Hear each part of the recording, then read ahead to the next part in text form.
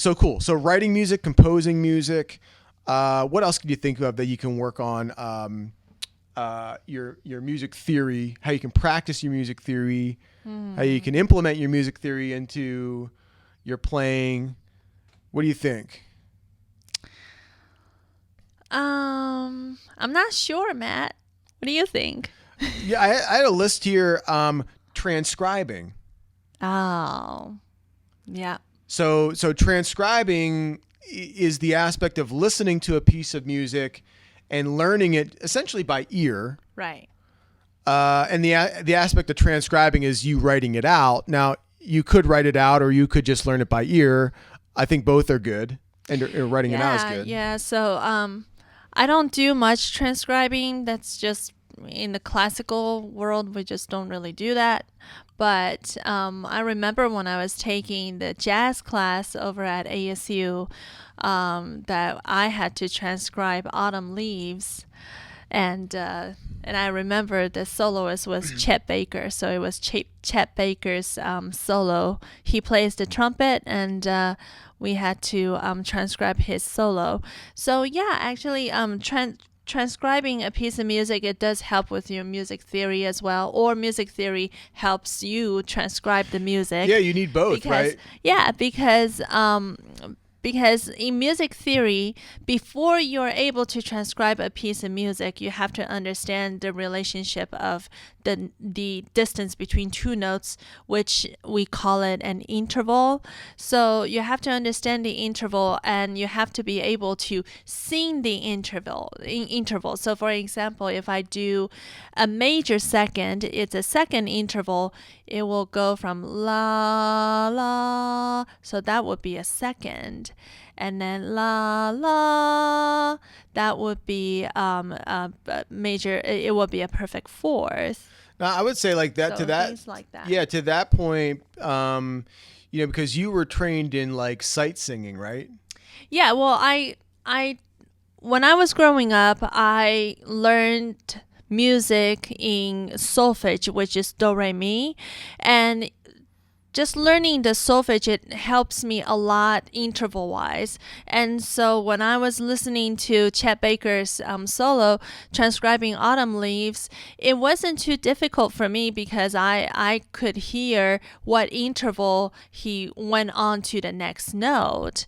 And so the solfege, I really highly encourage people to learn about solfege, but in this country everything is ABCs, which it's okay, but I think solfege, it really helps you identify the intervals better. That's the other thing about your intervals, recognizing visually the pitches, but also by ear. Yes, exactly. And so solfege helps that a lot. And yeah, you can go on musictheory.net and practice your interval ear training as well. So this was something that we were drilled on. Like we had to be able to recognize. I would say that Shireen is better than me at this. Am I? I think so, yeah. But I've been working really hard at it, but the more I can recognize those intervals, the more it can help with learning a piece of music, particularly if it's complex music. So transcribing means learning something by ear because you have to rely on your theory knowledge. If you can't learn something by ear, it means obviously that your vocabulary and your theory is weak. So go back to that. Study that. Yeah. So study the ear training. And so actually in all my classes and private students as well, I do work on ear training with them. I do ear training. So that's basically the oral perception. I'm very big with that because music, it's all about listening. And it's not all about just able to read the notes, put a sheet of music in front of you and just pluck out the notes, but you have to really learn about the nuances of a piece of music. Now that is like the dynamic, the articulation, the expression. And, the ear training too. So. Yeah, for sure. I mean, I think that to play it like an artistic level, yes, meaning that, you're really when you listen to music, you're hearing the nuances. Yes. Yeah, so those are the little details. So that would be what you mentioned about dynamics and articulations. Yes. Yeah. Yeah, because otherwise the music is just going to sound like you could just put the notes in the computer and they're just going to, plug all those notes. Yeah, it's going to be very robotic, right. And it's going to pluck those notes out, and that's it. But that's not music. Music, it has a lot of emotions into it. It depends on the music that you play, but I think it's a form of an expressiveness. It's like you're looking at a piece of art. For sure. And so like the other thing is, make sure you listen. Yes. Listen to music. I'm sure you guys are doing it already, but having really just kind of the perspective when you're listening to really kind of have like an analytical mind a little bit when you're listening to music. Yes. So man, what is that player doing to create that sound? Yeah. And then once you find that thing, you're just like, okay, I heard something that I heard a player doing that I like what that is. Then you go and pursue that. Then you learn that and learn what that is. And then all of a sudden you might realize, hey, I hear somebody else doing that. I hear somebody else doing that. Now that's become part of your vocabulary. So when somebody says that, you are familiar with that. Yes. And you start picking up those nuances. So that's something you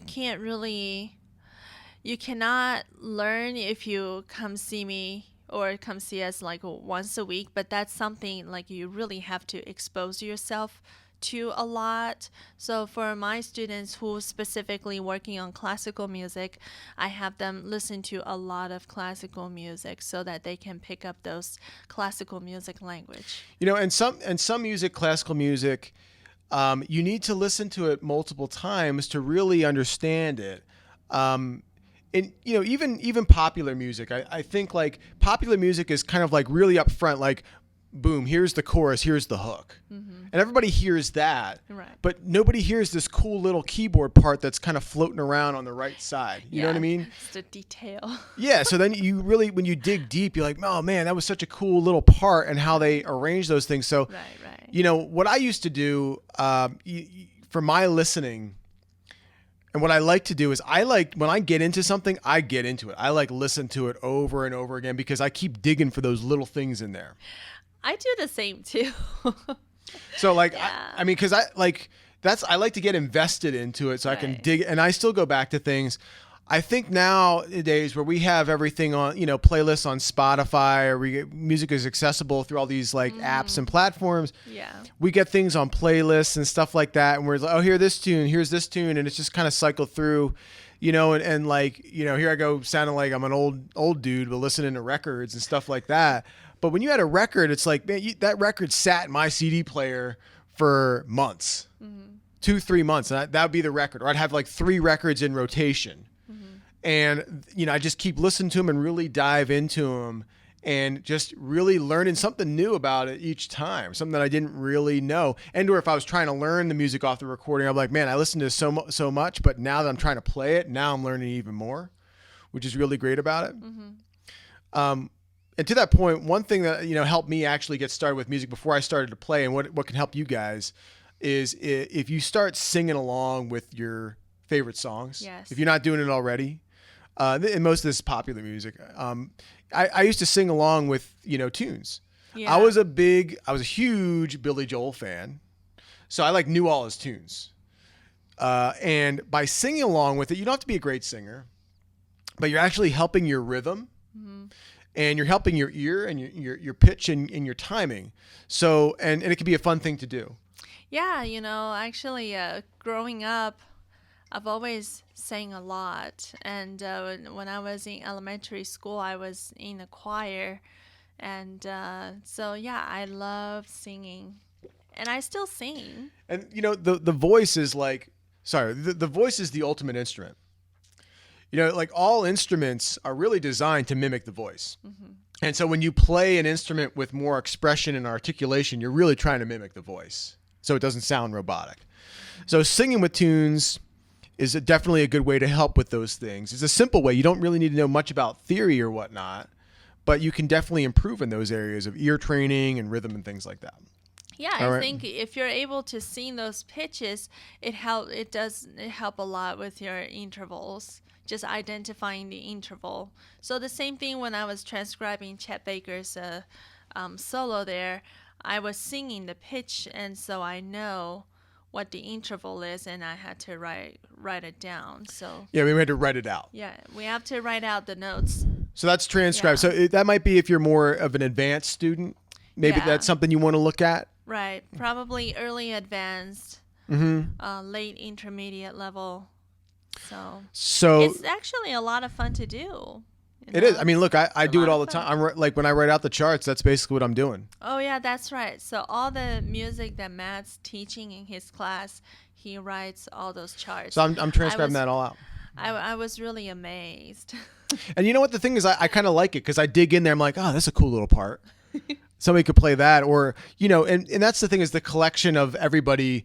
Music is a group effort, a team effort, right? So like you don't have to be a virtuosic musician necessarily to play in a band. You could have your part that kind of fills this role, and somebody has this role, and things like that. Yeah. So I enjoyed. I enjoyed digging into music and finding those little gems, and then if I like it, I steal that. Yeah. Because that's what the best players do, or like the lineage of music is they steal from other players and influence. It's been happening forever. That's just the nature of it. So get into playing along with music, transcribing music. Those all help out immensely.